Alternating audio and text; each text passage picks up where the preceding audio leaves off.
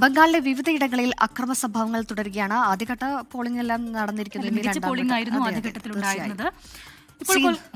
ശ്രീനാഥ് ചന്ദ്രൻ വിശദാംശങ്ങളുമായി കൊൽക്കത്തയിൽ നിന്ന് ചേരുന്നു. ശ്രീനാഥ് ചന്ദ്രൻ, എങ്ങനെയാണ് ഇന്ന് പരസ്യപ്രചാരണം അവസാനിക്കുകയാണ് രണ്ടാം ഘട്ടത്തിൽ?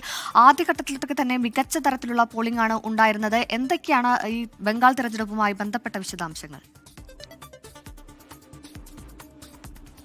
Very good morning. ഏതായാലും രണ്ടാം ഘട്ട വോട്ടെടുപ്പാണ്, അതായത് രണ്ടാം ഘട്ടം അവസാനഘട്ട തെരഞ്ഞെടുപ്പാണ് നടക്കാൻ വേണ്ടി പോകുന്നത്. ഇന്നിപ്പോൾ പരസ്യ പ്രചാരണം തീരാൻ പോകുന്നു. കൊൽക്കത്ത അടക്കമുള്ള നഗരമേഖലകൾ പ്രധാനമായും പോളിംഗ് ബൂത്തിലേക്ക് എത്താൻ പോകുന്നത് മറ്റന്നാളാണ്. 142 മണ്ഡലങ്ങളിലേക്കാണ് ഈ രണ്ടാം ഘട്ടം വോട്ടെടുപ്പ് നടക്കുന്നത്. ആദ്യഘട്ടത്തിൽ 152 മണ്ഡലങ്ങളിലേക്കായിരുന്നു.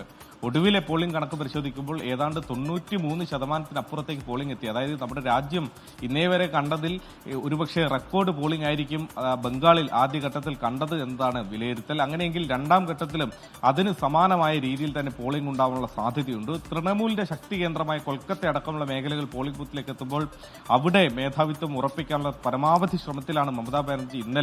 ഇന്നലെ പ്രധാനമായും ഭവാനിപ്പൂർ, അതായത് മമതാ ബാനർജി മത്സരിക്കുന്ന അതേ മണ്ഡലത്തിലായിരുന്നു കൂടുതൽ സമയം പ്രചാരണത്തിൽ ഉണ്ടായിരുന്നു. മാത്രമല്ല ഇന്ത്യ സഖ്യത്തിലുള്ള പ്രധാനപ്പെട്ട പല നേതാക്കളെയും ഇന്നലെ എത്തിക്കാൻ മമതയ്ക്ക് കഴിഞ്ഞു. തേജസ്വി യാദവ്, RJD നേതാവ്, ഒപ്പം അരവിന്ദ് കെജ്രിവാൾ, ആം ആദ്മി പാർട്ടി നേതാവൊക്കെ തന്നെ ഇന്നലെ പലയിടങ്ങളിൽ റാലികൾ നടത്തുകയും ചെയ്തു.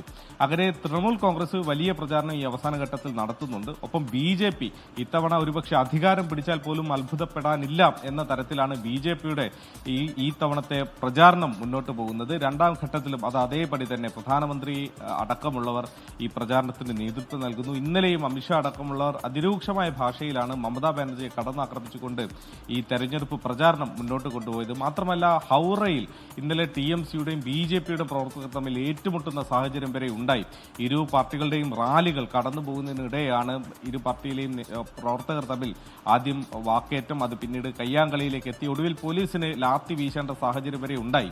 ഈ തെരഞ്ഞെടുപ്പ് നടന്ന സമയത്ത് പലയിടത്തും സമാനമായ അക്രമ സംഭവങ്ങൾ ഉണ്ടായിട്ടുണ്ട്. അതുകൊണ്ട് കനത്ത സുരക്ഷയിലാണ്. മുൻപ് ഒരു സംസ്ഥാനത്തും കാണാത്ത തരത്തിലുള്ള സുരക്ഷ ബംഗാളിലുണ്ട് എന്ന് നിസ്സംശയം നമുക്ക് പറയാൻ കഴിയും. 2.5 ലക്ഷത്തിലധികം കേന്ദ്ര സേനയെ വിന്യസിച്ചാണ് ഈ തെരഞ്ഞെടുപ്പ് നടപടികൾ ഇപ്പോൾ മുന്നോട്ട് പോകുന്നത്.